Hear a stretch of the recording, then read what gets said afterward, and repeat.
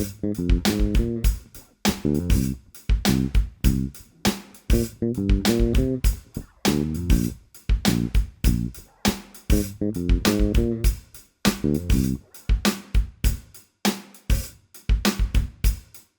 everyone, thanks for tuning in. I am very excited to be here since this is the first episode of a new YouTube series of bass grooves that I'm releasing.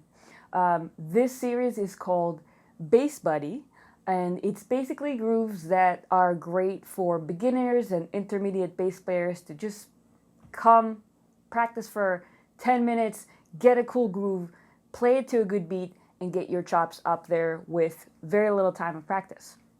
So it's very short grooves, and as you know, I am a huge fan of playing to the metronome because I'm all about having a good time, having a good feel, having that good groove. But I've discovered this nice little gadget from Singular Sound that's called BeatBuddy. Now the BeatBuddy is a drum machine, but that is so easy to work with, and it comes with so many great grooves. In all my practice sessions lately, I've been using the BeatBuddy, and it helps you not only keep good time, but really keep that groove because you got all that mechanism of the drum behind that not only makes it better to practice with because you can be more accurate, behaving like, you know, kind of just really clicking with that drum track, but also it's just way more fun to practice. So I figured, you know what, I'm just gonna come up with these great grooves to different tracks through the BeatBuddy so that we can practice and have fun with it. Now, mind you, you don't have to have that BeatBuddy in order to practice this. I'm still going to have a little play along in the end of this video that you can practice with. But it's really cool because if you do have it, you can just go to that groove of the week and choose your own drum set, choose your own tempo settings. You can practice it slower, you can practice it faster, and really do whatever fits for you.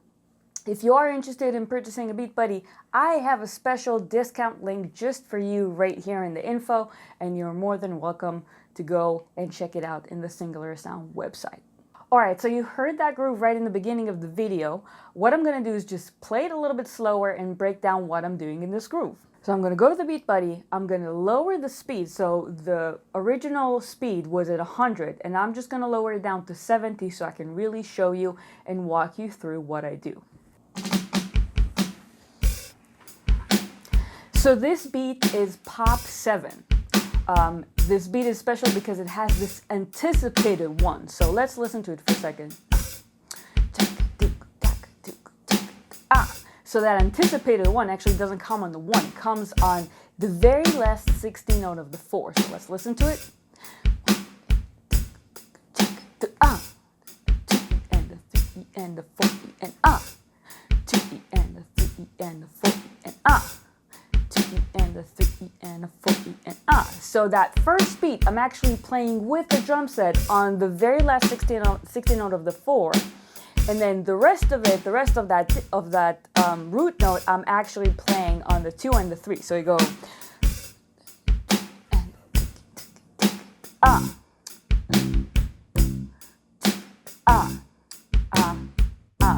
This is the secret of the groove.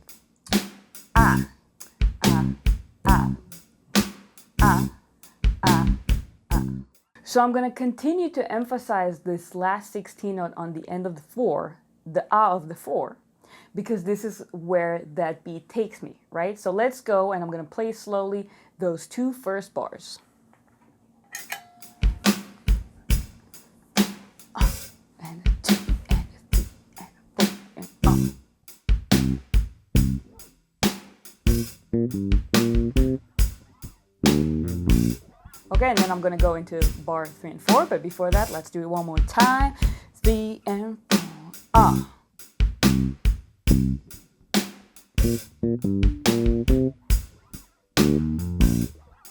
Now I want you to notice when I'm doing that fill with a 16th note going into that next bar, again, still emphasizing that B flat, that downbeat is actually anticipated.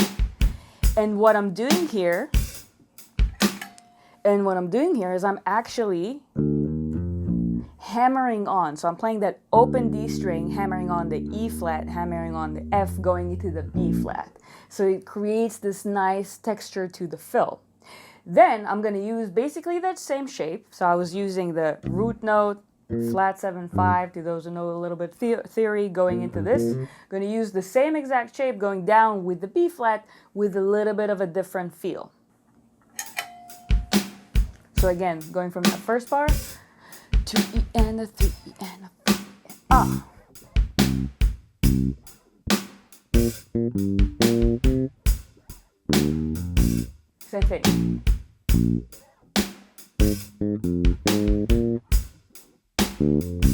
Okay, so what happened here is I wasn't playing the whole 16 notes all together, the whole 4. I was minusing the first one, which makes it a nice little nuance. So let's do that whole thing again. 3 E and a 4.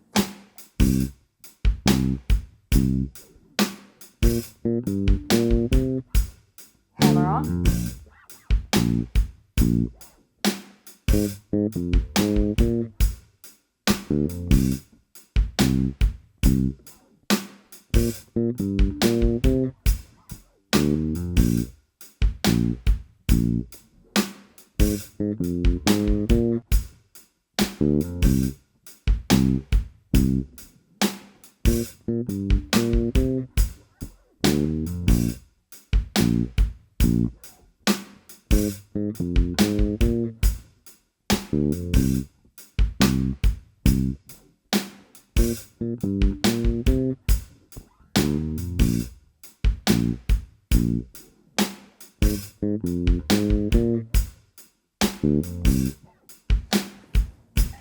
So that last fill, you may have noticed I'm still using a little hammer-on technique with the open string, but I'm only hammering on that D to the F to the C, right? So the C is already going to be a new stroke with the right hand.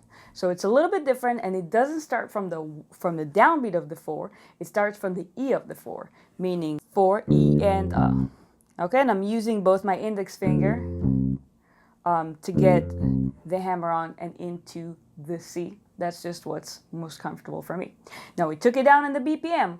We can bring it up again. If you're struggling with the speed, what you can do is just bring it up 5 BPM at a time, or bring it up 2 BPM at a time. It doesn't matter. As long as every time you bring it up, make sure that you don't just like jump over what you can actually do. Stay in that same place that you feel like it's a little bit challenging, master it, make sure that you're comfortable with it, and then bring it up a little bit more.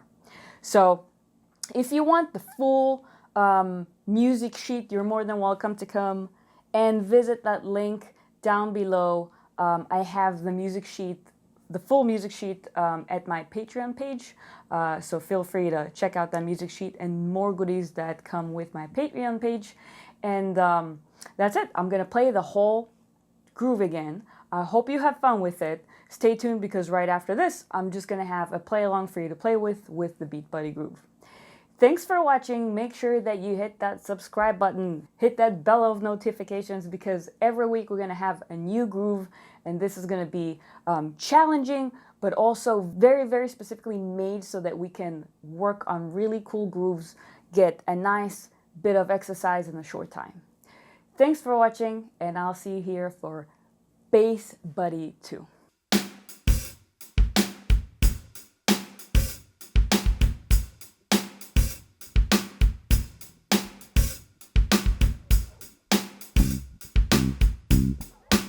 Thank